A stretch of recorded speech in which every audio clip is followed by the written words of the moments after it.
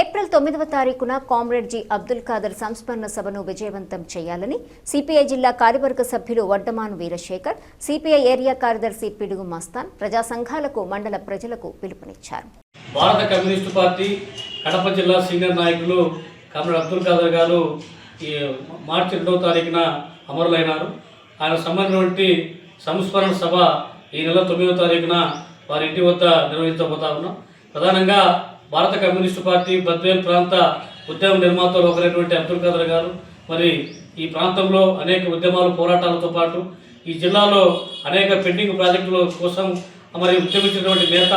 అనేక దఫాలుగా గండిగూడ ప్రాజెక్టు కావచ్చు, బ్రహ్మసాగర్ ప్రాజెక్టు కావచ్చు, ఇట్లాంటి అనేక ప్రాజెక్టులు వాటిపైన అనేక దఫాలుగా నిరాహార దీక్షలు, ఆమె నిరాహార దీక్షలు సైతం చేసి ఈ ప్రాంత రైతాంగానికి వరప్రసాదితమైనటువంటి తెలుగంగా రిజర్వాయర్ సాధించినటువంటి ఒక గొప్ప నేత.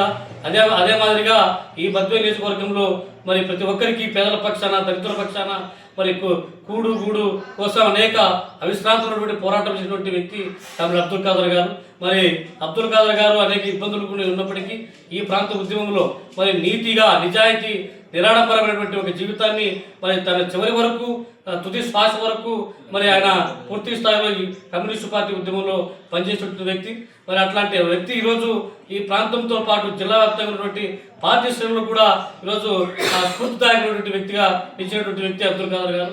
మరి నాలాంటి ఎంతోమంది యువకులు, విద్యార్థులు లేకుంటే కార్మిక ఉద్యమాల్లో ఉంటున్నటువంటి అనేక మంది తయారు వ్యక్తి అబ్దుల్ ఖాదర్ గారు. మరి ఆయన రాజకీయాలకు అతీతంగా అన్ని రాజకీయ పార్టీలు కూడా ఆమోదించేటువంటి వ్యక్తిగా ఈ ప్రాంతంలో పనిచేసినటువంటి వ్యక్తి.